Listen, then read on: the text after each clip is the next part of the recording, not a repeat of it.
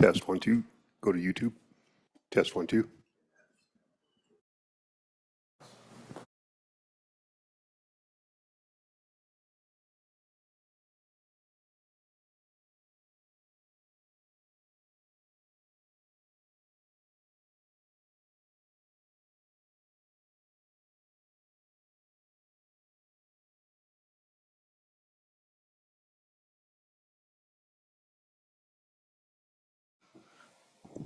Good morning, everyone. We understand that we're live. This is the Senate Corporations Committee meeting for the very first time in Cheyenne. We apologize for the delay for folks out in the internet land. We've had some technical difficulties, but we believe we're going out. So we will start this meeting, and very welcome. Our first bill for consideration is Senate File Number 20. The one thing about roll call on this committee is there's 5 of us, and the secretary can certainly note if someone's not here, but I always figure we need that extra 30 seconds. Senate File 20 is electricity rates for costs that do not benefit Wyoming. It's a joint interim committee bill. And just by way of stage setting, truly the joint interim committee had embarked on a 2-year work in the electric utility area. We were asked by leadership to speed some things up and to try to address more of the electricity issues in the first part of our interim. And this is, partly due to the dynamics of what was happening in the state at the time. So with that, ladies and gentlemen, we don't really have I can just give the bill a high level. I don't think we're all sponsors of it, but it creates new language 37.3.119, and the language is determining just and reasonable rates, which is the commission's standard under this chapter for an interstate electric public utility where a portion of system costs are a portion of Wyoming ratepayers. The Public Service Commission shall exclude any system costs from rate determination that do not have a benefit to ratepayers in Wyoming. Costs that may be excluded include the proportional costs associated with facilities that are built or operated primarily for the benefit of other states or entities outside of Wyoming. The Public Service Commission may approve a reduced apportionment of costs to Wyoming ratepayers to the extent that system costs are used to serve Wyoming ratepayers, but which relate to facilities that were built at higher costs than potential alternative sources of electricity as determined by the commission, because those alternative sources of electricity may not have met electricity service requirements established by other states or entities outside of Wyoming. That's the bill. We do have our public service commissions here. That's the only agency I see. And please, how would you like to lead off? Mr. Vice Chairman? Is that however you want to organize it?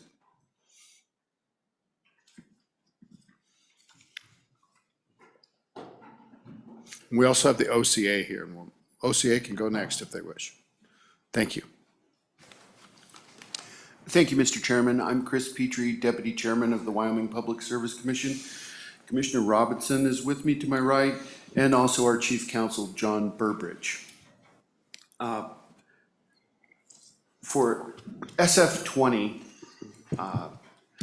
this appears to me, Mr. Chairman, to reflect what already occurs in the current state of the Commission's approach to allocating costs when it comes to multi-state, multi-jurisdictional utilities. And of course, as you mentioned, this primarily concern Rocky Mountain Power with its service in 6 states with its large integrated system. This does not cause me any particular concern. As I said, I think this is explicitly stating powers that the commission already exercises, and I don't see that it necessarily changes anything immediately. I'm looking at this as more memorializing what has already evolved and the commission's ongoing practice with respect to multi-state allocated costs that are, as you know, system costs. The multi-state protocol that's had quite a bit of discussion provides for apportionment of those system costs, which are generation and transmission primarily, and distribution costs, the more local system and local activities are already attributed to the jurisdiction where they exist, and the system costs are apportioned according to the respective state's load on the system. And so the exclusion of costs that don't provide an appropriate level of benefit to Wyoming for the cost, that is something that the commission would already exclude from rates. Okay. So we see this as I said, memorializing the system that's already been developed in front of the commission, and we continue to operate under an extended multi-state protocol that was established in 2020 and that remains under negotiations with representatives of all the states for the future, which would be, I believe, beginning in 2025. Thank you. Before we open it up to questions, would you explain what constraints you might be under right now with respect to ongoing cases? So, for example, if the members wish to ask specifics about transmission plant, is that subject to an ongoing investigation right now? Mr. Chairman, I don't believe that we have particular cases that are constrained in things we'd be discussing here with this apportionment. And certainly if we stumble in a direction where you find out that there is something, you can correct us at that point. Absolutely. Okay. Well, I'm happy to open it up for questions from the committee. Senator Landon. Mr. Chairman, thank you. Mr. Petrie, thanks for your testimony this morning. I guess my question would be, do you see any circumstance where establishing in state law some of the principles that you have indicated that the commission already operates under, if that would give any kind of leverage or backing, any foundation that you don't have currently?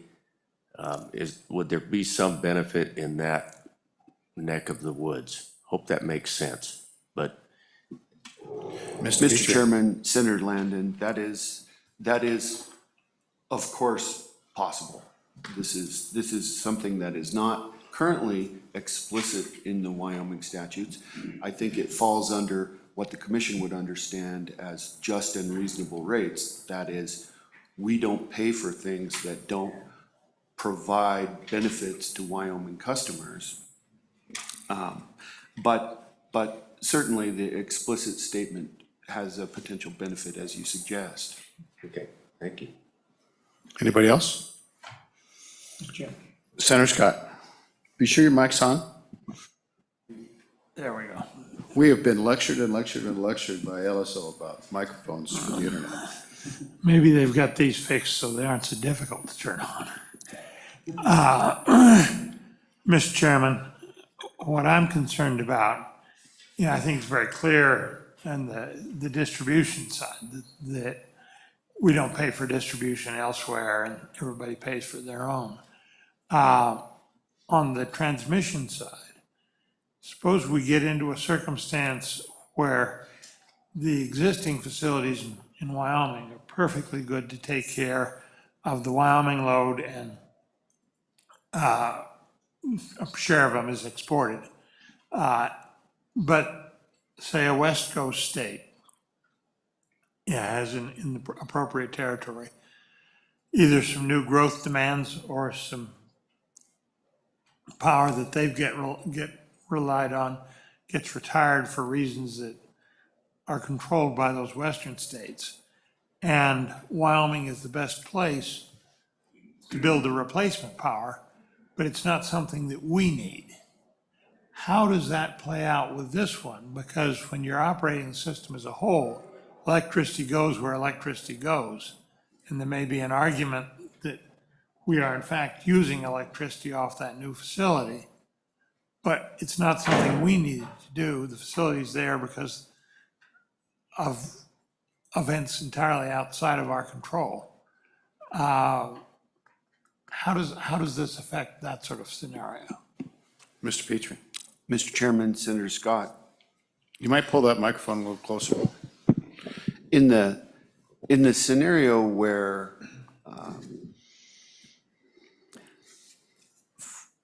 particularly distribution facilities are being built because of growth in another state, that would already be allocated to that state as situs resources, situs expenses. If there is a retirement or one or more retirements of facilities that are caused by other states, then I believe that potentially that would be something that the commission would already have the capacity to deal with under the MSP. This, again, perhaps provides some clarity into the future.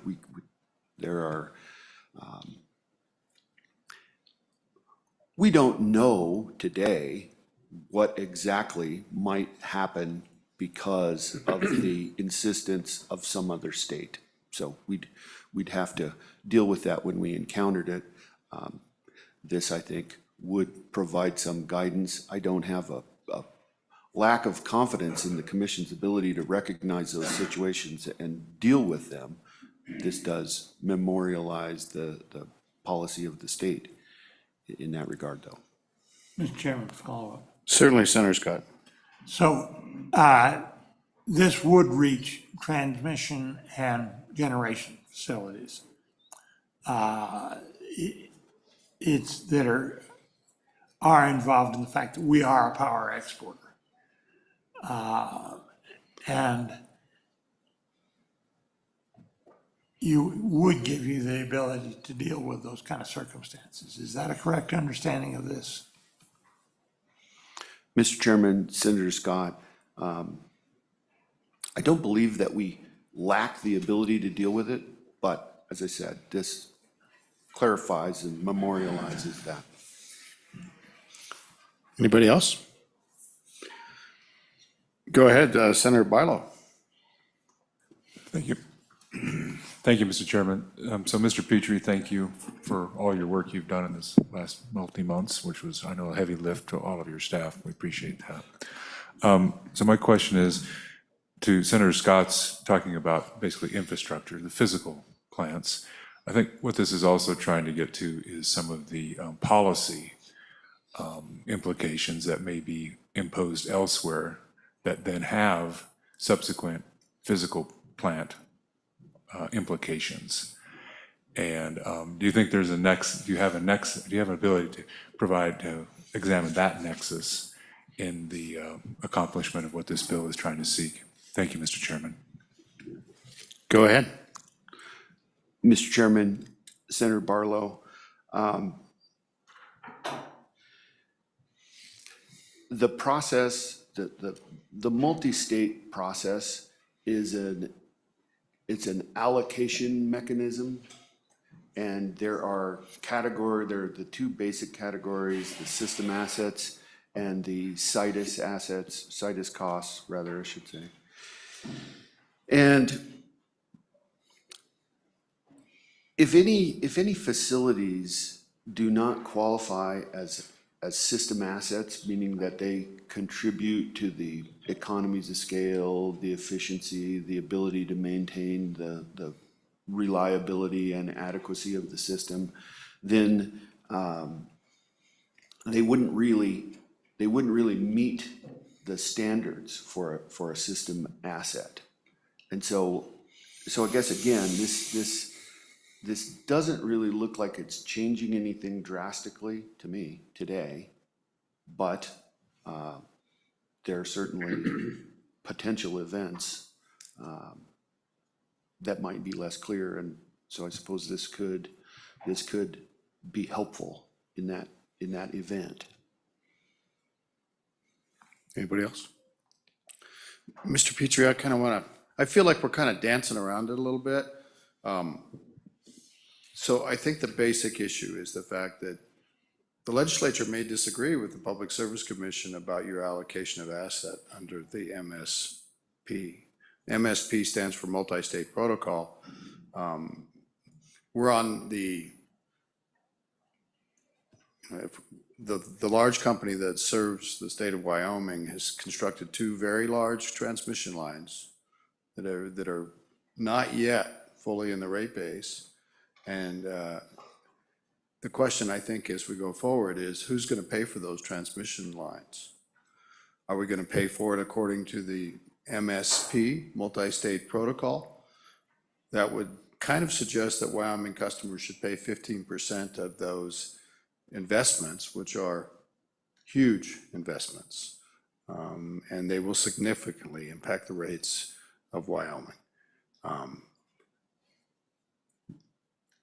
And Mr. Petrie, it's kind of like, are those going to be system assets or situs assets for the states that are using them to take power out of Wyoming to satisfy needs to the west of us? And I know that I participated in the Rocky Mountain Power rate case, and I think it's okay to talk about past events. The order's out. I think there's a procedural, you can object to there. There's one procedural thing that's left. I don't intend to do anything with that in that case. But the issue will be, and I believe that utility tried to lay the foundation that those transmission lines are of some benefit to Wyoming. We'll hear more and more and more about this. Pardon me. The biggest gist would be, there will be an argument that we receive some benefit from hydropower in the Northeast that comes to Wyoming. And if I were that utility, I would make sure that a couple times a year there was power flowing in that direction at the optimum time to prove that we got some benefit out of that. And Mr. Petrie, I think it comes down to kind of a matter of degree. And you are locked into the multi-state protocol. The legislature is not. And we're trying to sandpaper a fine edge on this so that you have the ability to exclude those assets if you don't find them of any significant benefit to Wyoming. And that's where we're at. That's kind of what this is about. So I'd love to hear your thoughts on that. So if you think it does nothing, then it's not strong enough in my mind. So, I mean, I think we'd all be disappointed if we got down the road and we found out that it didn't do what the legislature thought. And so help me with this to the extent you can. I understand we're on sensitive ground. Mr. Chairman, I don't know if everybody's aware of this, but there is a request for a rehearing on aspects of the Rocky Mountain Power general rate case. So that's a little bit of a no-go zone for us. But Yes. I don't mean to say that it accomplishes nothing. Perhaps we just haven't reached the point where the commission has found itself unable to deal with allocations in a way that preserves the requirement that facilities benefit Wyoming. And I think, as I at least meant to say, it's not impossible that this, which I guess I could say is somewhat bolstering, it's confirming what I already see as the commission's situation, where I don't believe that we are obligated to do anything that does not produce just and reasonable rates in Wyoming through the multi-state protocol. And this would perhaps give some, it would re-emphasize the commission, the statutory directive to the commission and the directive of just general utility principles that we pay for the things that serve us and benefit us. And we don't pay for facilities or initiatives or agendas or philosophies of other jurisdictions. Great. Anybody else on the commission? Oh, Mr. Senator Scott has a question. Mr. Chairman, it's a follow-up on your question you were just asking. On page 2, starting at line 6, there's a sentence, "The Public Service Commission may approve a reduced apportionment of cost to Wyoming ratepayers. Extent the system's costs are used to serve Wyoming ratepayers, et cetera." It strikes me, reading that sentence, I got two questions there. One, in the past years that y'all have been with the commission, to your knowledge, has the commission ever done this? Or is this something new? And second, it strikes me the way to explain this to the full Senate is that this sentence is a license for you to reach a reasonable compromise on facilities that we do use a little bit, but are primarily designed to serve the needs of other states. And I'd appreciate an answer on both of those issues. Thank you, Senator Scott. Who'd like to handle that on your side?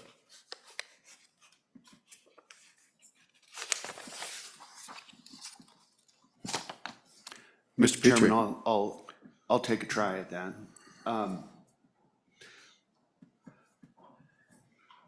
I don't believe that there have been individual facilities that have been identified and singled out for a different allocation as far as system assets. It is considered it's a vertically integrated system, and in this sense, that basically means generation and transmission. And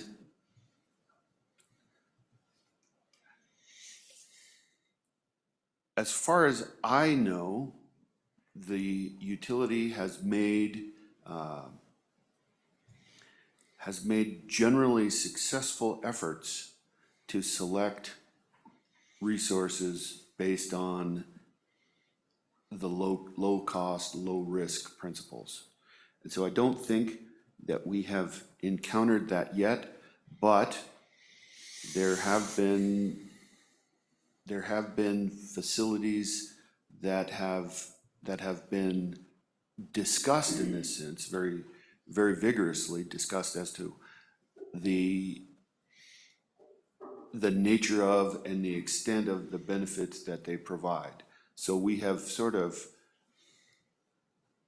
come up to that issue, but I don't believe we've encountered things so far that required those sort of adjustments. Could happen.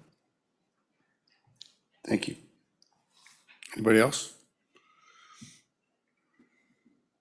And I can think of a discussion in the last rate case, but with the petition for rehearing, it may not be appropriate, but it would be,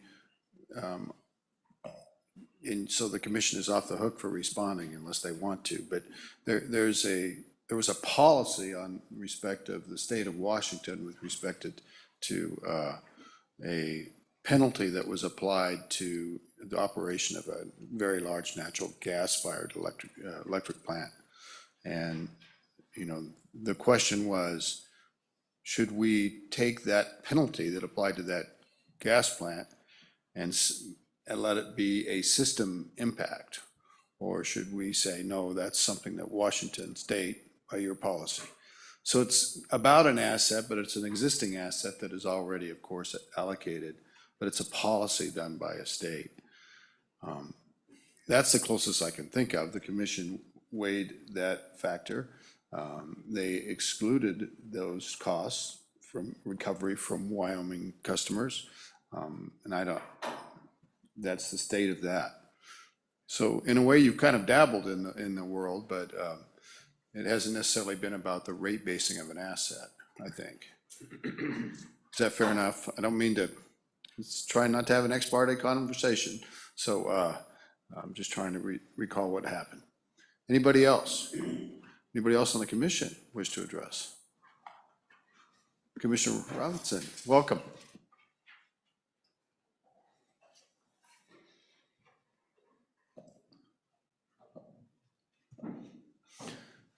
Or Mr. The Office of Consumer Advocate, Mr. Ornelas, welcome.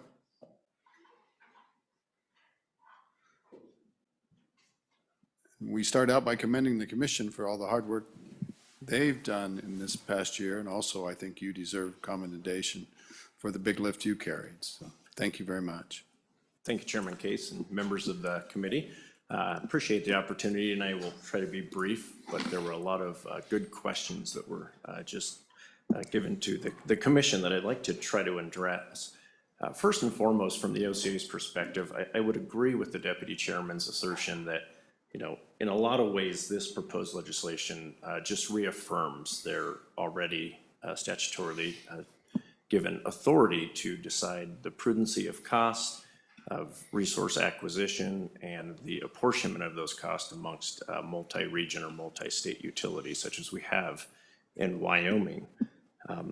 Really, I think where perhaps the struggle is with this is how we define those costs and benefits, especially as we are seeing a transition in the electric utility as a whole, and the requirement for large-scale regional transmission to connect load and resource centers across the West. You know, I would like to clarify that the MSP process, which the Office of Consumer Advocate is a signatory, does not in any way impede the Commission's ability to assess benefit and cost and to deny recovery or take any action as necessary on any policy brought forth by the utility. This would include the allocation of transmission or any new generation or distribution assets there. Really, you know, there is a struggle in how we, as I mentioned, define these costs and benefits. And there was a question about the large-scale transmission that is currently underway and soon to be completed in Wyoming. You know, at that time that it was filed, the Certificate of Public Convenience and Necessity, the OCA did file testimony against the approval of that application. Part of the reason is it was difficult to really assess, as Senator Scott has addressed, the need of this resource to meet Wyoming load versus other state loads.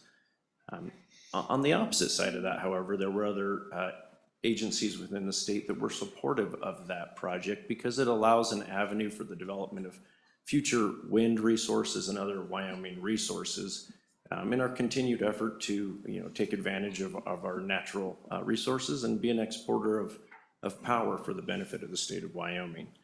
I would also note that we also rely on the benefit of those, even if it is served primarily for a different state. You know, Wyoming wind, again, there are times when it is beneficial to back down some of our existing thermal resources because of a higher cost than what can be provided by a non-fuel wind asset. So I would caution consideration of trying to too tightly ring fence Wyoming, I guess to some degree. You know, I think of it as what I call a single shaft risk. You know, there is real benefit of having load and resource diversity across the region due to unexpected outages, shifts in weather patterns, or other requirements for us to try to optimize the system and take advantage of the lowest possible cost of generation for our customers. One of the things we are focused on at the OCA is how we define these costs. There is a continued push to insert more intangible costs to account for greenhouse gas or other items such as that. And so we are really trying to weigh that and make recommendations as appropriate to the commission for their inclusion or exclusion of those, so that they don't unnecessarily tip the scale of one resource or transmission asset over another as we continue to meet need there.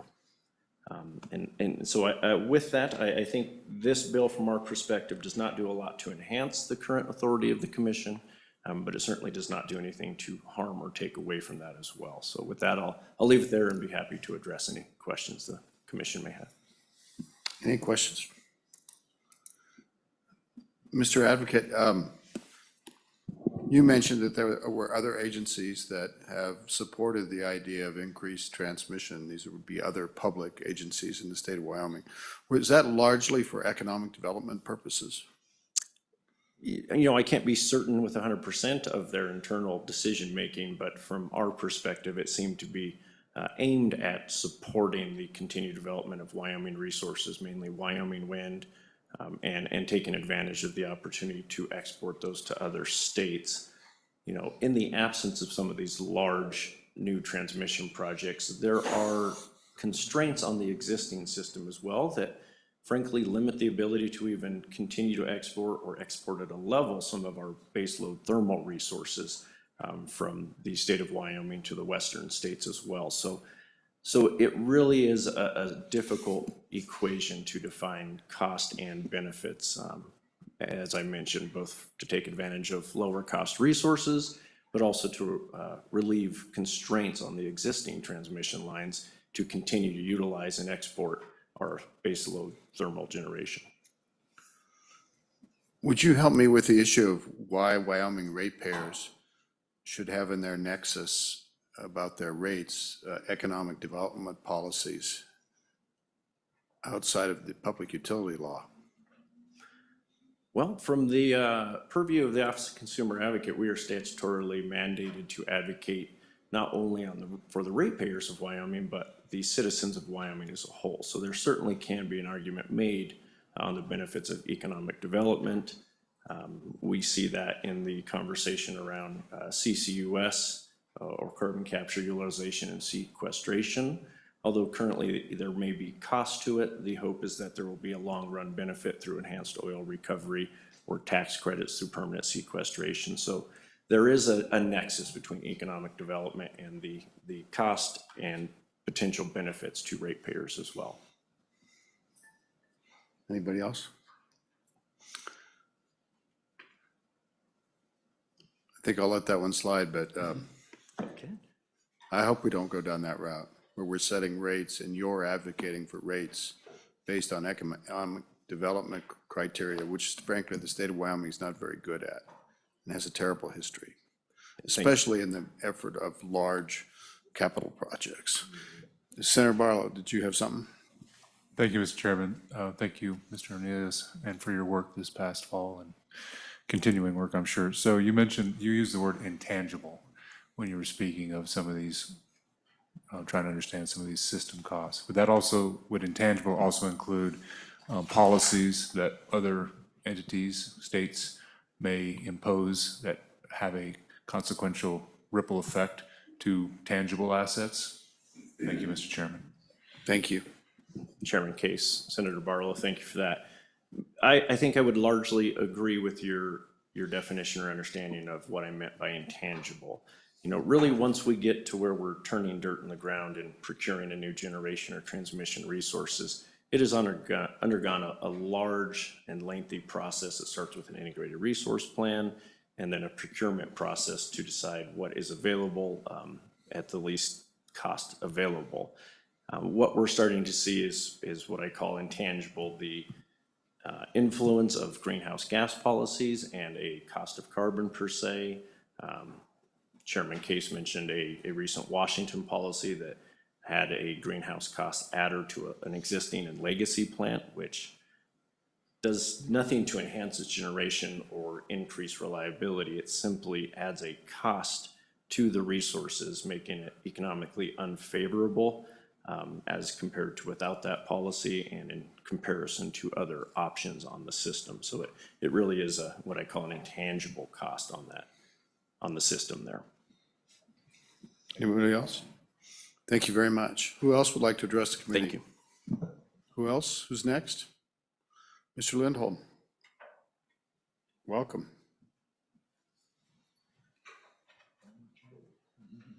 Yes, former chairman of this committee. Welcome. Yeah, thank you, Mr. Chairman. Tyler Lindholm, State Director for Americans for Prosperity here in the state of Wyoming. I just wanted to touch on some bases with Senate File 20. We see that this bill ensures that Wyoming ratepayers' monthly bill actually reflects the compliance costs that are imposed by the state of Wyoming. And that's it. Preserves state sovereignty, which is obviously pretty important, as much as we can anyways, in this jungle of transmission lines that we currently find ourselves in. That's an exceptionally important part when we're talking about energy abundance. And that's something that we support and endorse here in the state of Wyoming. And in fact, Mr. Chairman, the handout that we have going out to you right now talks a little bit about that. It's not specific to this piece of legislation, but we do have a major portfolio that looks at that energy abundance and what we want to do here in the state of Wyoming to be able to better help and assist you and the citizens of Wyoming to better achieve that goal.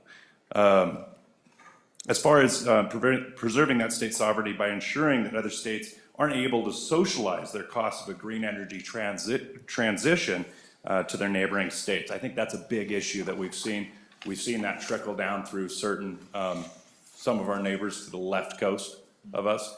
And that's been exceptionally problematic for Wyoming ratepayers. I also think it's somewhat specious for anyone to say that it's hard to predict the direction that these states are currently moving.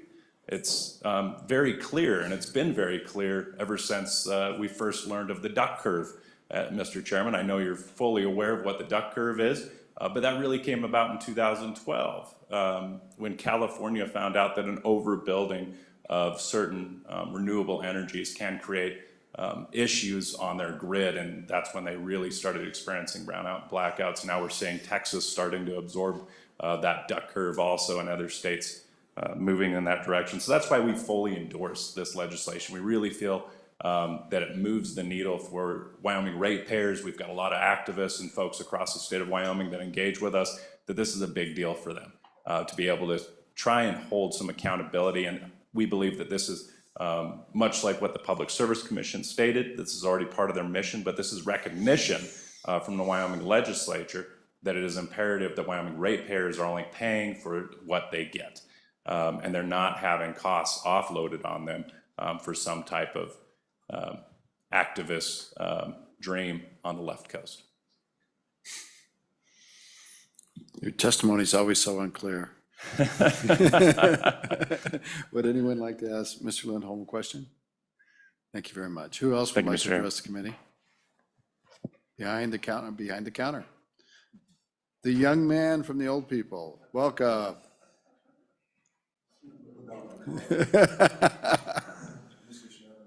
Make sure that mic's on, pull it up close. There we go. Mr. Chairman, members of the committee, my name is Sam Shumway. I'm the State Director for AARP Wyoming. You know who our membership is. We are about 80,000 members of people 50 and over in the state of Wyoming. Utilities is a huge issue, and what our members pay for rates has real impact on them. And for that reason, we were involved in the case that's been mentioned, the Rocky Mountain Power case. And I will say this, the language that is in statute matters. The language that we can refer to as we testify before the Public Service Commission matters. And whether it's just and reasonable, or whether it's the language that's proposed in the statute, it matters. And so to have that as an additional tool is an important piece of these cases as we are confronting future rate cases. One other point I want to make, one of the Public Service Commission witnesses mentioned that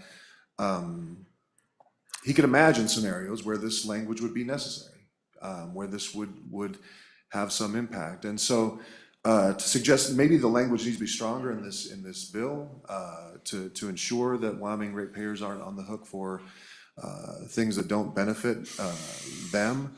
But to the extent that this could have some impact, why not put that in statute? Why not formalize that, memorialize that, and empower the Public Service Commission to do their job, to protect and to ensure that rates are just and reasonable. So with that, I'll stand for questions, but we stand in support of this bill. Questions for Mr. Shumway? Any questions? Thank you, Mr. Shumway. Anybody else who's next? Let's kind of speed it up if we can, if you want to do it. Mr. Kaysen, welcome.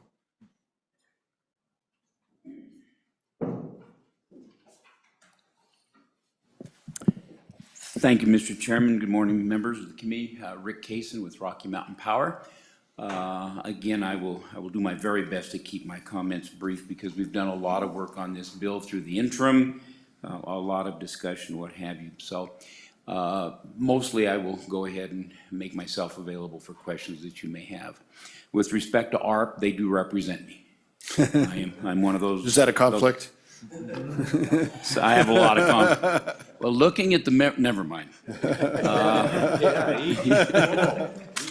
Conflict all the way around. Let's move on, sir, if I may. Just, again, in summary, we agree with what the Public Service Commission has stated. What the Office of Consumer Advocacy has stated is that the practices of both of those agencies are already in place by statute, by their authority that they do have. We can live with this bill because the bill really, in essence, doesn't change anything that the company has already working with the commission and working with the OC as well. But the question is, what's the necessity of the bill if those statutorily approved authorities already exist? But a couple of comments here. On page 2, line 3 of the bill, it does talk about the exclusion. That's already been discussed and identified that the commission does have that authority. A good question earlier on was, well, what about things that might happen down the pike that we don't know what's going to take place? Well, that's always a reasonable question, and it's something that's would have to be addressed at that point in time. A lot of work goes into, and Mr. Ornelas alluded to this, a lot of work goes into any kind of infrastructure that's going to be built, whether it's generation or transmission, before the ground is even broken up. To get a CPCN, Certificate of Public Convenience and Necessity, to construct that. Then you go through the process, as this committee knows, if there's any kind of rate recovery on that investment. The OCA and both the PSC, excuse me, as well, they have to watch out for the Wyoming consumer. We know that, we respect that, and they do a great job at that as well, to see what is just and reasonable rates, what's going to be in the public interest as well. Senator Scott raised a good question earlier on about generation and transmission, and it's my understanding and the practice of the Public Service Commission that they utilize the cost causation methodology, which of course determines their benefits, whether it's within Wyoming or it's outside of Wyoming, again, for rate making. And I'll close with, again, as we've heard the commission, they do not have a position on the bill. As I've mentioned, we're neutral on the bill because we're already practicing and working with the commission with their authority by the legislature. With that, sir, I will stand for questions that you may have and give my best answers. Thank you, Mr. Kaysen. Senator Scott? Microphone, please.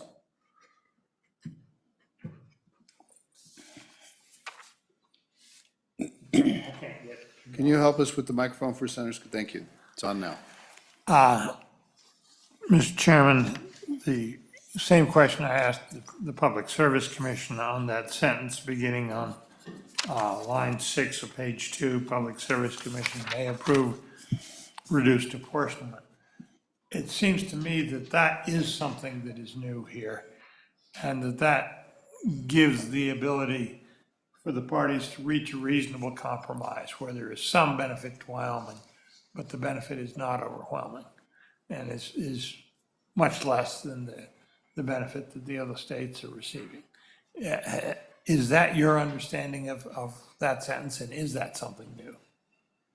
Okay. Mr. Go Chairman, ahead. Senator Scott, I think that's a reasonable interpretation of what that is trying to state, but I think that practice already exists in when a electric utility goes in for any kind of rate activity.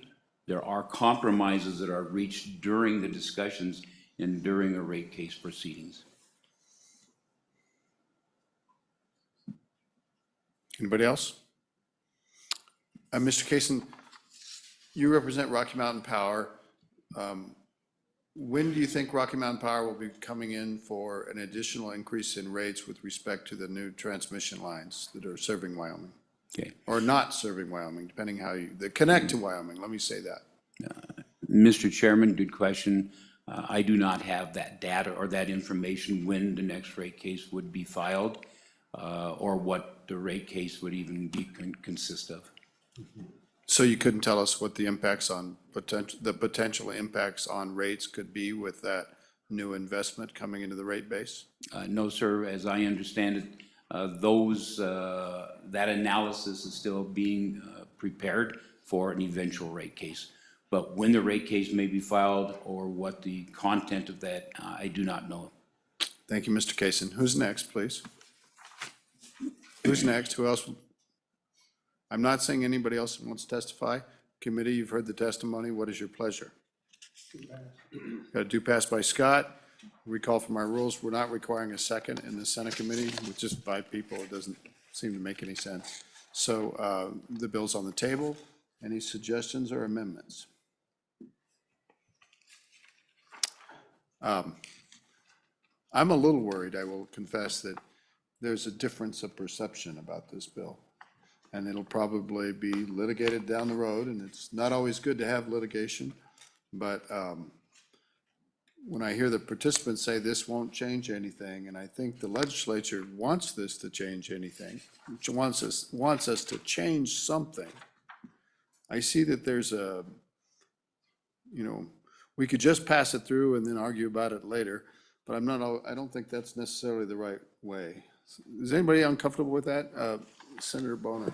Mr. Chairman, perhaps a way forward is simply ask the Public Service Commission. They understand our intent clearly. So the question is, what do we need to change in order to Is there any microphones on out there? Okay, thank you. in order to achieve the desired effect? That'd be the question. I don't know if we want to hold the bill. Try mine. I don't know if we want to try and hold the bill over, if we try to do something on committee of the whole. But hopefully, I hope that, whatever changes will be necessary to achieve the obvious effect that we're going for. Perhaps the Public Service Commission can offer some technical help there. Anybody else like to weigh in on that issue? Senator Scott. Or Senator Barlow? Well, I'm sorry. Senator Barlow first. Senator Scott. Mr. Chairman, I think this bill does do more than the testimony would indicate. It sets some standards clearly into the statute, and I think that is quite useful. It gives that sense I've been asking about on page 2. That's something new, I think, and getting a compromise on the issue of how much utility we get out of it. I think the current practice has much more been, as I understand it, if it is useful, then it goes in the rate base. And they haven't been looking as much as they should at the question of how useful. Because a lot of this stuff, I think, we'll build things here because we are a power exporter, and we should be a power exporter. We have the resources, and frankly, it's a foundation of our economy, so we have to pay attention to that. But I think we will encounter circumstances where new facilities have some utility, but we wouldn't have built them on our own, but we will get some use out of something that is built primarily for other states. And I think that compromise authority. Mr. Chairman, having that explicitly there, I think is quite useful, and that is something new. And I think it'll take a while. And I understand the Public Service Commission has to be careful because they've got positions that they've taken already to do some of these things, and they don't want to jeopardize those. That makes sense to me. Thank you for that, Senator Scott. Anybody else? And may I just interrupt one point? I neglected to ask if there was any online participation. Okay. And if there ever is, and I pass over that, please just interrupt and tell me that. I'd really appreciate that. Senator Barlow, to you. Thank you, Mr. Chairman. So when I look at the bill, it's a 3-sentence bill. One of the sentences is very long and actually rather complex in reading it. That's the one that Senator Scott focused on. But the first sentence is shall exclude. And so we actually have a contradiction potentially in this bill. One says shall exclude costs, and then we start talking about proportionality and benefit a little bit later. So, I mean, I don't have any problem with actually advancing the bill forward, but I don't know that it's actually getting to what we want. Because when you go back and look at 37.3.101, the first sentence in this particular chapter is all rates shall be just and reasonable, and all unjust and unreasonable rates shall be prohibited. And so I think with that, with that kind of a breadbasket, what this does is, I don't know if it helps it or not, but maybe there's just at least a restructuring that happens in this bill that makes it more clear about what some of the legislative intent is. And I think that's what the good chairman is concerned about. Are we actually communicating the legislative intent to the commission adequately in this, with this piece of legislation? And to me, it's a little bit unclear. I understand that I think some of it's in here, but I don't know that it's clear that how we're approaching it. Thank you, Mr. Chairman. You're welcome. Anybody else? And are you ready for the question? Let's just go ahead and call the roll, please.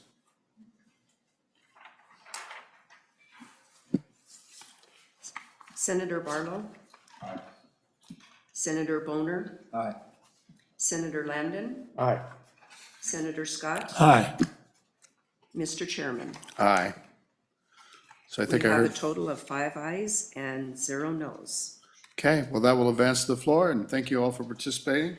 We'll just keep moving along. We're going to, by way of housekeeping, we will stop to give the members time to get up to the floor and make a stop on the way. So I would shoot to close this hearing at 10:15. Is that acceptable? Okay, I believe the next file for our consideration is Senate File 21, Public Utilities Net Power Cost Sharing Ratio. Shall we start with the commission again and just jump on up, or you can always decline? This was, again, a litigated issue in the last case. Anything you'd like to say, Mr. Deputy Chairman? Mr. Chairman, thank you. One thing that I overlooked, and I'll make it quick, Chairman Throne is at the NARUC Critical Consumer Issues Forum, and she sends her regards. Yeah. Would you mind giving a background on what the net power cost ratio is, if you feel that you could do that? Or if you feel uncomfortable, I'll attempt it. The net power cost ratio, Mr. Chairman? Yeah, just what we're talking about, this sharing mechanism. Oh, sorry. Yeah. Mr. Chairman, I'd be happy to do that. Okay. It's been a good number of years since Rocky Mountain Power came to the commission proposing an innovative rate-making mechanism to deal with the total net power costs question for their rates. So the power costs are separate, as you know, from the recovery and return on rate base. So this isn't about their investments, it's more about the expenses that they incur in the procuring or generation of the power that they deliver to their customers.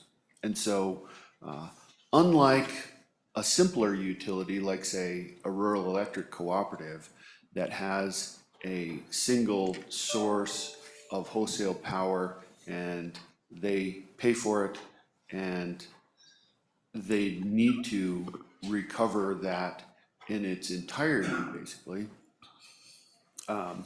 Rocky Mountain Power is a different sort of entity, and it has power purchases, it has its own generation, it has its own coal mines, and so this is a much more complex affair. So they came to the commission, proposed a mechanism that then went through, I believe, 3 major iterations before we arrived at where we are now, and those later iterations included a sharing band so that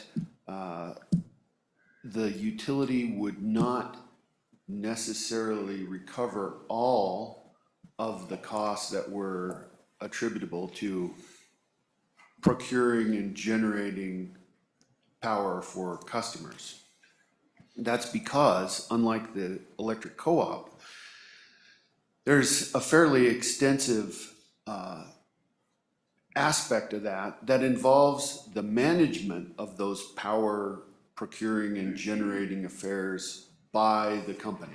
And so some of that cost then is subject to the partial or complete control of the utility. And for that reason, there was a sharing band inserted into that mechanism so that the company would be motivated to do a great job rather than just a adequate job. So it's sort of the difference between being a C student and an A student. We want our utilities to behave as an A student when it comes to procuring power for customers and making sure that they do so in the most in the least cost manner.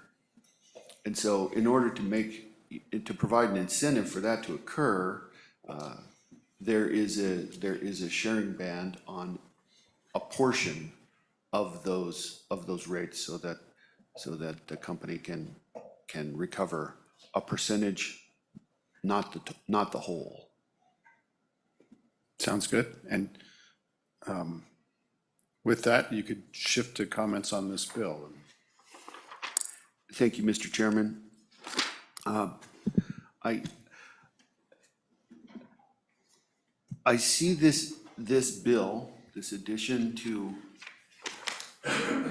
37-2-121 as perhaps slightly overbroad because it states that if there's any mechanism to account for the costs of power supply between rate cases, there must be a sharing of those costs between the public utility and its customers. As I said just a moment ago, the point of it all was the utilities' complete or partial control of aspects of their power acquisition. And so I'll just point to page 3 at the end of line 5. I would recommend the insertion of some language such as which are within the complete or partial control of the utility, so that the statute would not require a sharing mechanism in the case where there's no, where the justification for that sharing, as I've understood it, doesn't really exist. So there could be a mechanism proposed that does not include components of power costs that are controllable by the utility. Any further? Keep going. Again, I was just looking for a statute. So, Mr. Petrie, just to jump in real quickly, can I ask that you go back over that? I was trying to write down your suggestions for some language we may want to consider. And I'm just trying to pinpoint that a little bit. Can you go back over that for me, please? Mr. Petrie? Mr. Chairman, Senator Landon,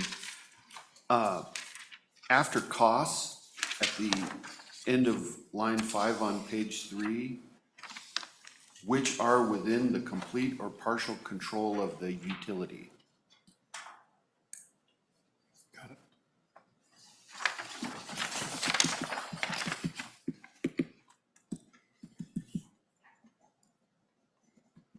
Thank you. I think Which are in control or partial control? Complete or partial. Okay. which are in complete Complete, or partial control. okay, And Mr. Chairman, go ahead. my concern is that without that, the commission would be directed to commit a taking perhaps.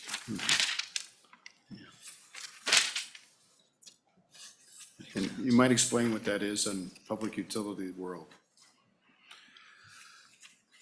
Mr. Chairman, similarly to other circumstances, it would be the unjust taking of the public utilities assets here. It would be money that they had spent prudently to acquire needed power for its customers, and absent some justification for only paying a portion, then you would have no valid explanation for why you would clip that bill and refuse to allow the company to recover that portion. Okay, thank you very much for that. Any other questions for Mr. Petrie? Anybody else on the commission like to address us? Thanks, let's go to the OCA and we'll keep working through this. Okay, just for people out, the OCA is, said they don't have anything to add to this discussion. Who else would like to address the committee? Mr. Acey, welcome. Good to see you. Have a seat, Mr. Acey.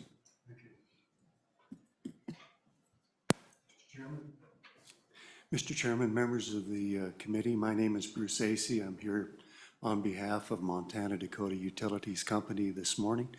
Montana Dakota Utilities is a Maybe gas... you could pull that a little bit closer. This is the worst room in the Capitol for acoustics, so thank you. No problem.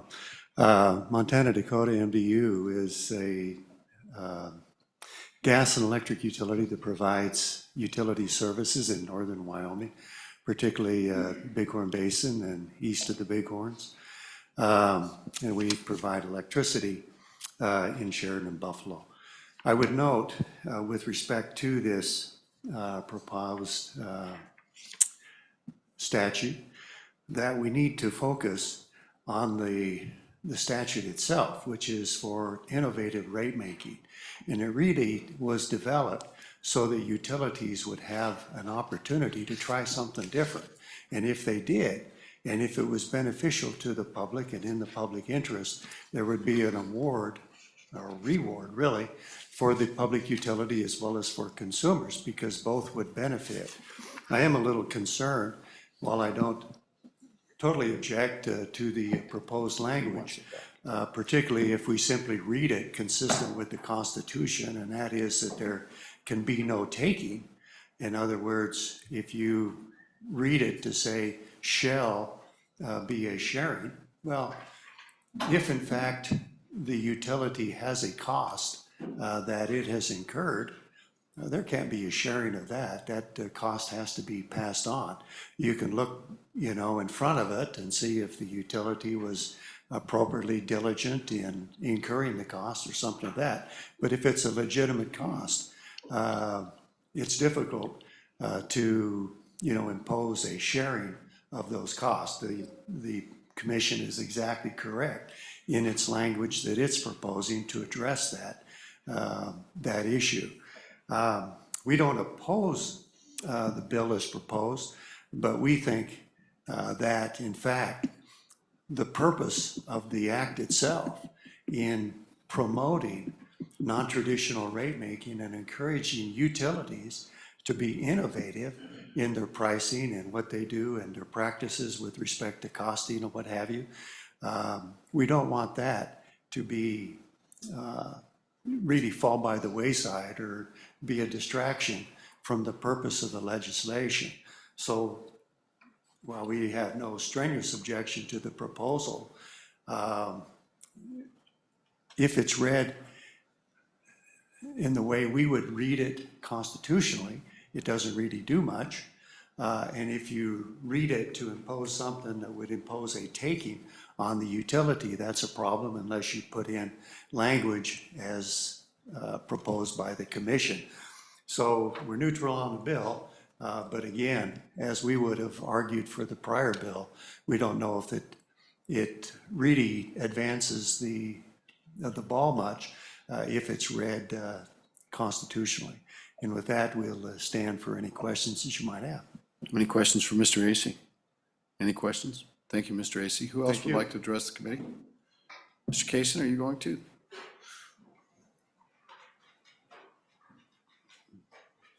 Is anybody else going to address the committee after this? Raise your hand if you are. I'm not seeing any, so, Mr. Kaysen. Thank you, Mr. Chairman. Once again, members, Rick Kaysen with Rocky Mountain Power. For this particular bill, again, we did a lot of work on this during the interim. We believe that the commission should have the authority, as they have, to treat this cost-sharing process, the philosophy, on a utility-by-utility basis, because things are different between all of the electric utilities. I really appreciated the comment earlier about the electric utilities may not have total control over what the market might dictate on prices. As well, the legislature does not have that, the commission does not have that, our customers do not have that type of control. So we are acting in the best interest of our customers when we either produce or we acquire those different resources for providing the power. And it's important to know that when we consider acquiring that, we also take into consideration what the customer demand is or what the load is going to be for a particular time. So the company is neutral on this bill as well. We do encourage, again, a utility-by-utility basis. We also encourage and appreciate the opportunity for creative rate making so that we are acting in the best interest of our customers as well. And I also appreciate the thought by the Public Service Commission of that possible proposed amendment. It gives a little bit of flexibility in that. With that, Mr. Chairman, I'll stand for questions. Thank you, Mr. Kaysen. Questions for Mr. Kaysen? Any questions for Mr. Kaysen? Mr. Kaysen, do you think if this statute were in place and the law, do you think that your company, the company you represent, would have advocated for 100% sharing ratio in the last rate case? Would it have affected that or not? And I'm not sure. Mr. Chairman, I am not sure either, but we do believe in the cost sharing. Yeah. There's no doubt about that, but I do not have a definitive answer to your direct question. Okay, thank you very much. Anybody else? I didn't see anybody before. Is there anybody online? Nobody's online. Committee, you've heard the testimony. What is your pleasure? Do pass. Do pass by Scott. Discussion. Mr. Chairman, Senator Scott. the amendment proposed by the commission, I would move that and let me read it to make sure that I got it right. Be page 3, at the end of line 5, after costs, insert which are in the complete or partial control of the utility. Everybody got it? And I see the commission, I've gotten it right from them. Got some other nods out there, so that sounds good. Mr. Chairman? Senator Scott. Mr. Chairman, I do think that this is important because I do think otherwise there's a risk of this language forcing a sharing where it just isn't appropriate. And I think that it's a clarification, but I think it's an important one. Okay. Any further discussion? Ready for the question? All those in favor of Senator Scott's proposed amendment, please indicate by saying aye. Aye. Any opposed? The amendment is carried. Back on the bill. Anything else on the bill? Mr. Chairman. Senator Barlow. Thank you, Mr. Chairman. So in light of Senator Scott's just previous comments about requiring, it seems to me that on line 6, it's a shall. And so I don't think the commission has any choice but to provide a sharing. And maybe there is not a justification for a sharing. Maybe the entire cost should be with the utility. So my query is to Senator Scott is, even though we're making it proportional in the sentence before, It's actually in the shall same here. sentence, but yeah. The same, different line. Thank you, Mr. Chairman. Mr. Chairman, Senator Scott. if you construe it with the amendment properly, it's, that we're talking about costs which are in the complete or partial control of the utility. You get a cost that is not with the amendment. If you get a cost that is not within the control, even partial control of the utility, then the language, the mechanism shall provide, doesn't apply because you've excluded such costs from that sentence. Do you see that? Okay. Would you like to offer?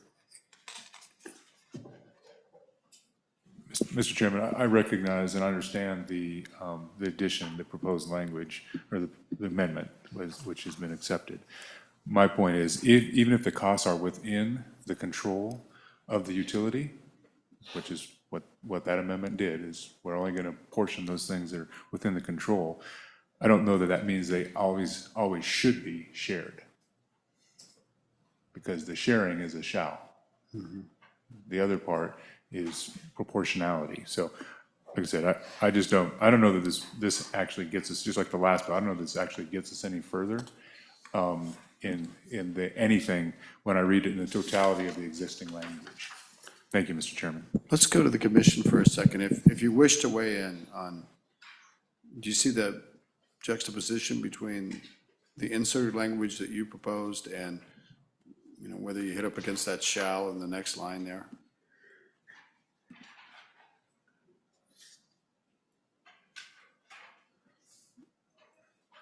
And it could be we let people think about this. We go ahead and pass the bill out, but we let people think about possible floor amendment if it's needed. Or we could, if somebody has an idea here, we can fix it, or if people don't think it's a problem. And if the commission, you want to just think about it more, we're good with that too.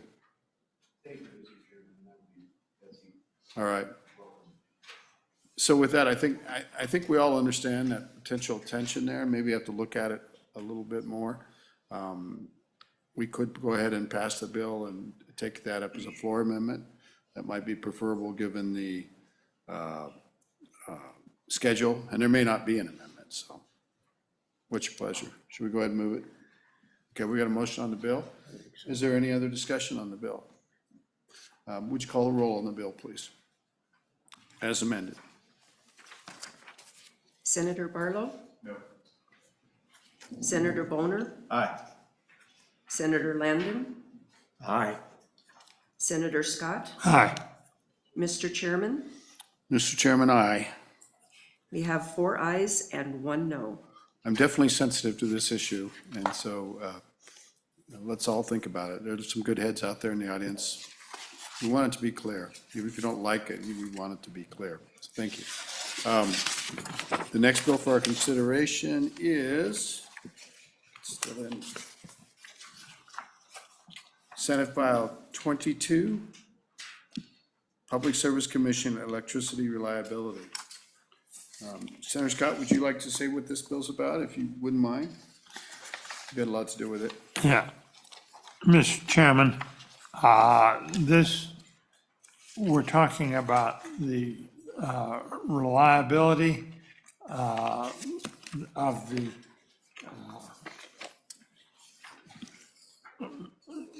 new generation that's coming in. And we're worried about the need for the bills. We're worried that we're going to get, particularly generating facilities that are so intermittent that they're going to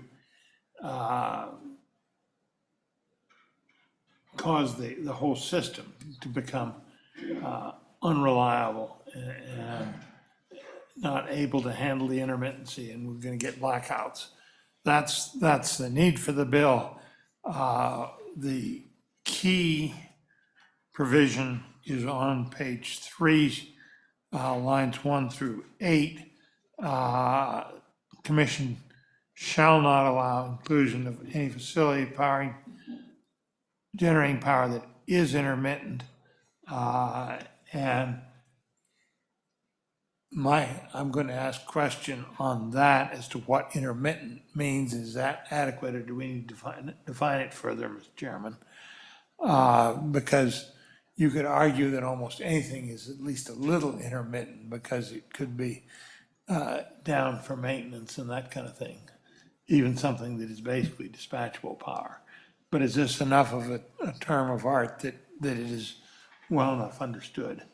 But we're trying to avoid the kind of intermittency that you get with wind and solar, where they're just not available regularly on a basis we cannot control. So, Mr. Chairman, that's the bill. There is a question on the lines 10 through 15 on page 3 with the penalty as to whether that really adds anything to it or not. Thank you very much, Senator Scott. Discussion on the bill from the audience, commission?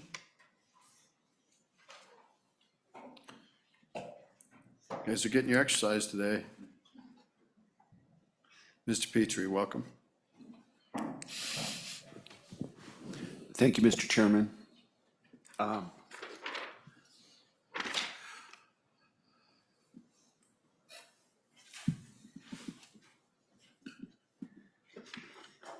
These changes, and Mr. Chairman, Senator Scott's emphasis on that, on subparagraph D, I'll just get right to the point. I don't see why we should care why a utility fails to provide adequate reliability. And if it's failure to properly maintain your distribution system, or failure to maintain adequate resources to recover from weather events that damage the system and cause outages, or whether it's because you have placed too great a reliance on intermittent resources. I don't really see the need to specifically single out the influence of intermittent resources on this. And I would say that once the commission establishes standards, as in subparagraph A, the utility which fails, absent some act of God or other completely uncontrollable forces acting on their attempt to do their job, that they could then be subjected to a civil penalty for failure to provide adequate reliability. And so the baseline that we're in the process of setting right now would be the line below which you may not go without consequences. Thank you, Ms. Petrie. A question for Mr. Petrie. Senator Boner. Want to use mine? Yeah. Might make a note about Senator Boner's. All right, so I think, well, to get right to the point too, I'd point out this is currently a law.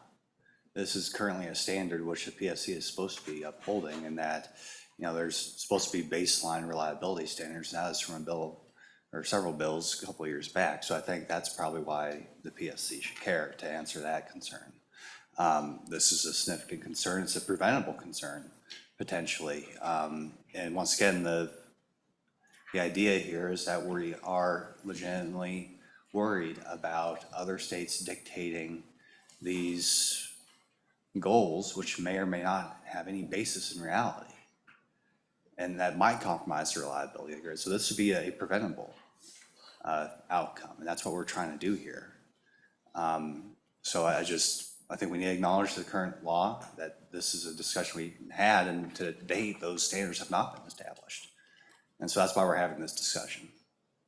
And so I guess I don't have a question, Mr. Chairman, just right yet, but I think that we need to. But wouldn't you agree? Wouldn't you agree?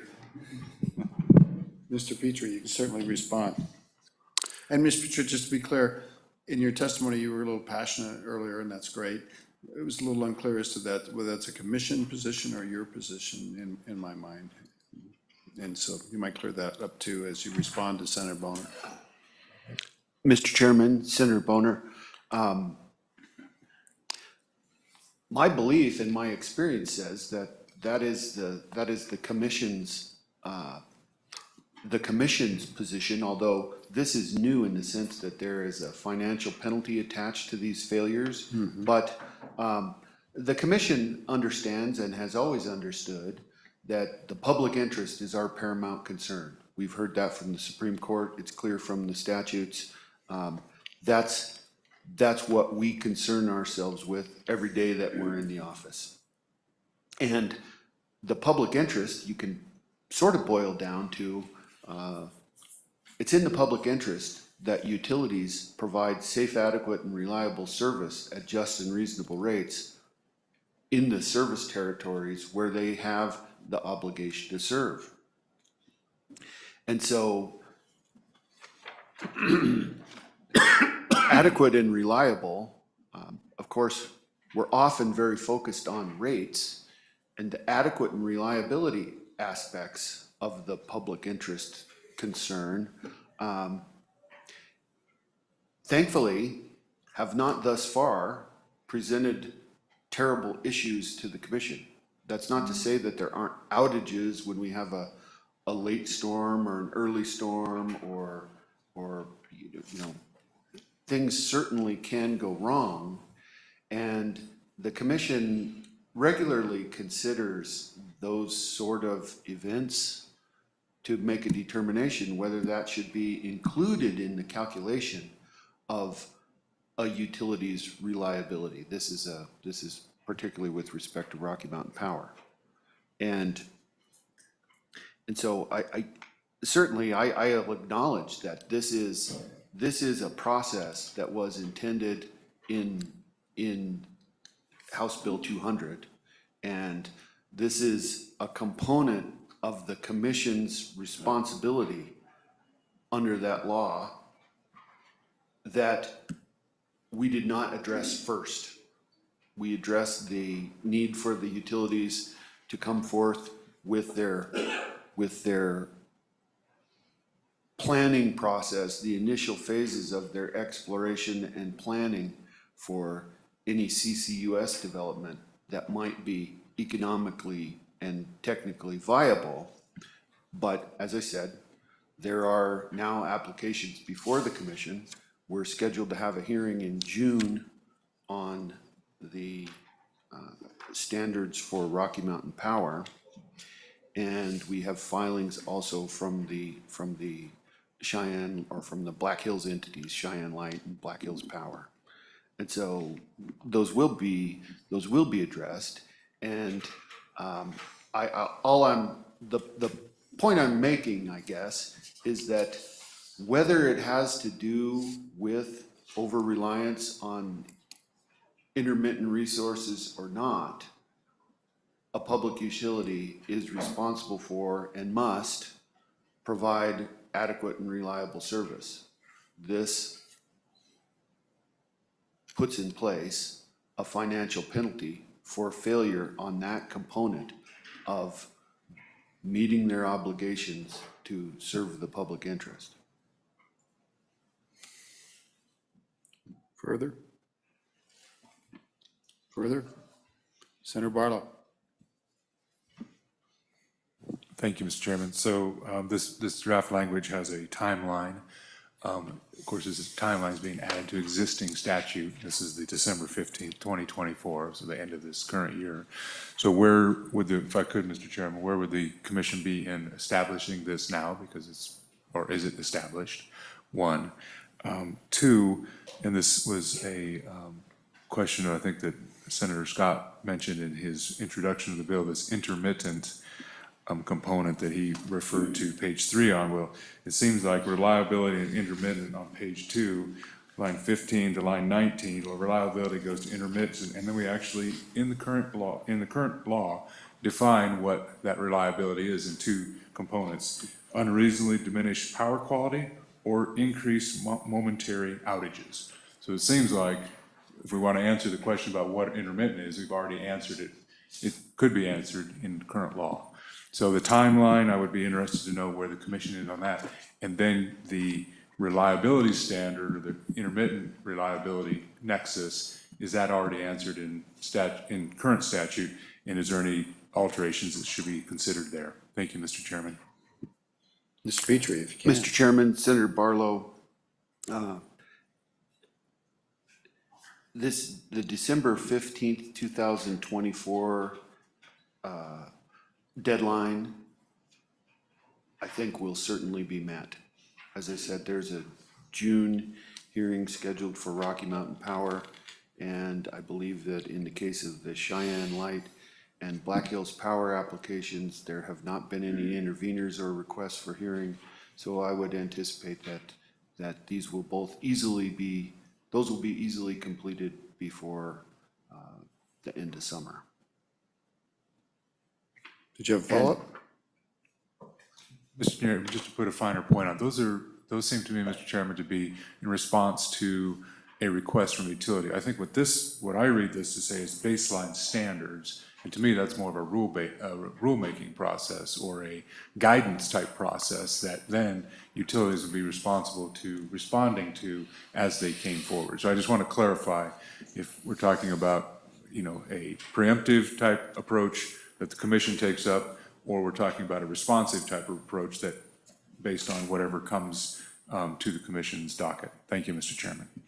Mr. Chairman, Senator Barlow, the way this is proceeding, it is for the utility to file an application to establish their baseline standards. So it's utility by utility.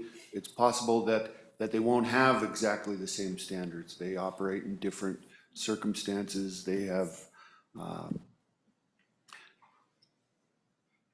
somewhat different conditions that they face. They have a different type of system. And so they are coming to the commission proposing what those baseline standards for their company should be.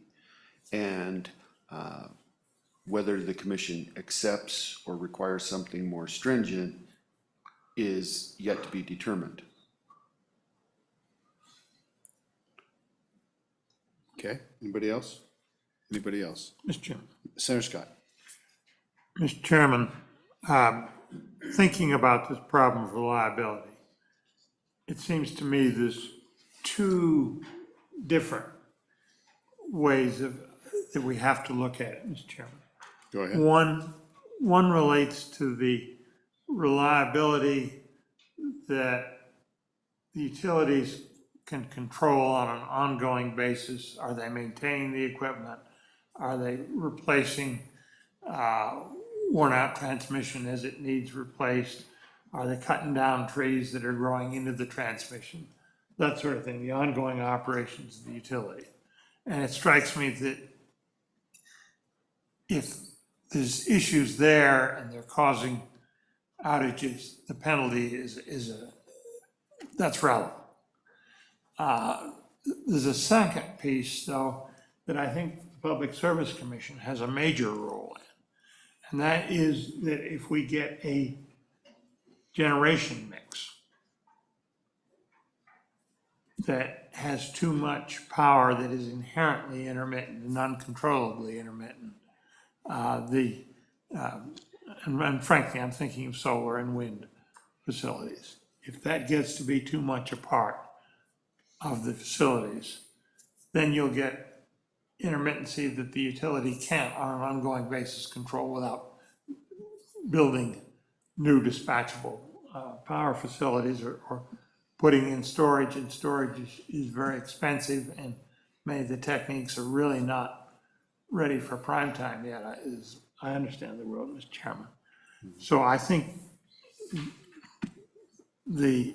frankly, the financial penalty is not as relevant there, it's not as just, and it's more a responsibility of the commission to make sure that the right mix of generating facilities is provided. And there's a drive from some of the climate extremists to go to the intermittent variety of generation. And they don't care about the reliability, or they don't seem to care about it. So, Mr. Chairman, I think that's where this bill is aimed, giving the Public Service Commission responsibility for preventing that kind of intermittency. And I think that's what that paragraph D at the top of page 3 is all about. And what I'm hearing from the commission is they're not seeing the world that way. And I'd like them to clarify, and what am I missing in all this? Mr. Petrie, if you will. Mr. Chairman, I must not have expressed my thoughts very successfully. I certainly believe that the design of a utility system, their selections of resources, all must be made with an eye towards maintaining the kind of reliability that we're accustomed to.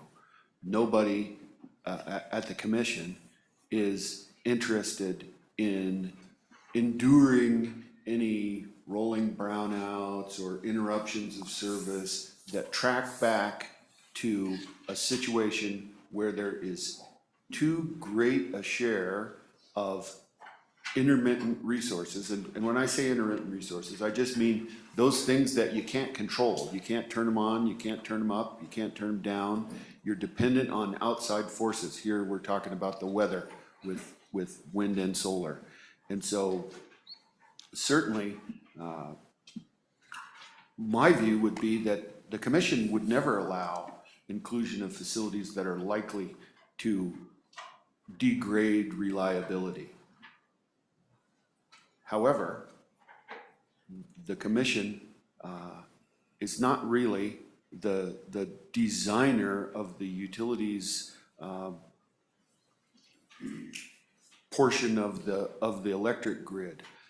They propose facilities, and the commission either grants them a certificate of public convenience and necessity or not. And if there's no certificate of public convenience and necessity, there's no recovery. And if it was believed by the commission that a new proposed facility was likely to cause degradation of that utility's reliability, it's very hard for me to imagine that it would be approved. It wouldn't be possible to make a case that that was consistent with the public interest. Senator Landon, you're gonna get us out of this mess, aren't you? Mr. Chairman, I hope we can help me to get there on this one. I've really struggled with this bill, and Mr. Petrie, I appreciate your comments just now helped a little bit, but as I go to line 6, if it is likely that the operation of the facility will result in failure, it all comes back to the commission, the way this bill reads. My question to you is, do you have the tools necessary, given the act of God reference that you made earlier and some things, that's where I'm struggling. Do you have, the commission apparently determines it all, but do you have the tools necessary to determine whether or not the operation of the facility is going to result in reliability degradation or whatever? And Mr. Does Peachy? that make sense? I'm just really struggling with that paragraph. Thank you, Senator Landon. Just for everybody in the room, we'll let Mr. Petrie respond to this, and we're gonna just stop this hearing, and we'll pick it up again on Thursday morning. I'm guessing it's gonna be at 8 o'clock, but keep a close location. So this is kind of the final comment on this, and we'll come back right back where we are. We're not trying to cut anybody off, so. Mr. Petrie, you can. Mr. certainly Chairman, Senator Landon,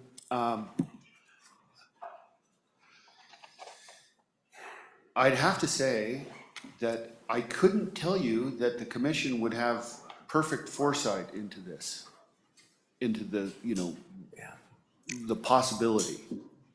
I think the commission would have, through the contested case process that we would conduct on any proposal to build a new facility, we would have the benefit of sophisticated parties participating, the review of our own staff, and our ability to investigate the application to determine whether something was likely to degrade reliability. Not to say that we'd be in a position to exercise perfect foresight and judgment on that. But generally speaking, I believe that the commission would never approve something that was likely to cause reliability problems. Thank you. Thank you. Let's go ahead and we're going to break, give everybody a chance to get in their places for the next round, and we'll see you on Thursday morning. I'm thinking 8 o'clock, but be careful. Sometimes it might be earlier. Take care. Mr. Chairman, on the two earlier bills, do you want me to carry Senate File 20, or do you want to handle it? How do you want it? Or do you want somebody else to That's carry? fine, Senator Scott. Does anybody volunteer for any of the other bill? It's 21. I can do it. Senator Boner's got it. Thank you.